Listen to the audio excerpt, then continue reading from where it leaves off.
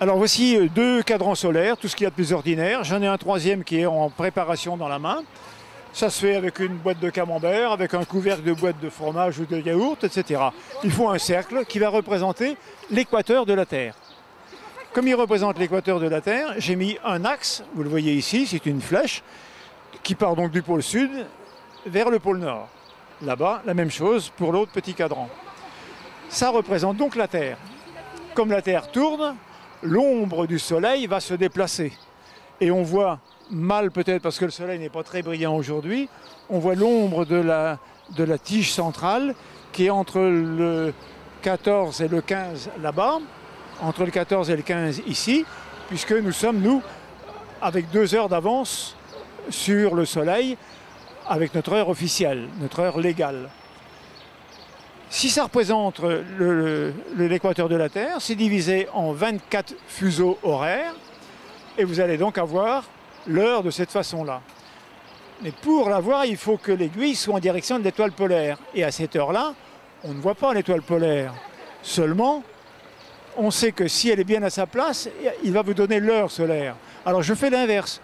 Je regarde ma montre, je la retarde de 2 heures, et j'ai l'heure solaire. Si je l'ai mis à l'heure solaire, ça veut dire que mon aiguille est en face de l'étoile polaire.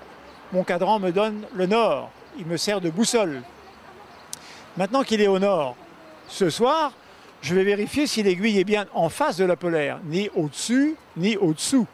Je fais la petite correction en faisant bouger l'axe un petit peu.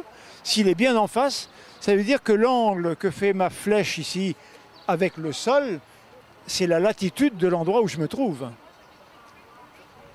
Et si demain à 13 h, quand les informations, vous vous dites c'est l'heure des informations, il est 13 h, donc 11 h au soleil, si mon cadran n'affiche pas 11 h exactement, c'est qu'il y a un tout petit décalage qui correspond à la longitude de l'endroit où je me trouve. Entre Strasbourg et Brest, il y a 55 minutes de décalage.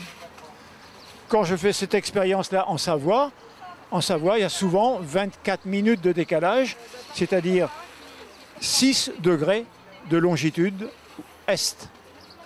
Donc voilà, un petit cadran solaire comme ça, fait avec une boîte de camembert, une boîte de yaourt, ça vous donne le nord, l'heure, la latitude et la longitude. Voilà, ça sert à quoi la géométrie d'après vous ?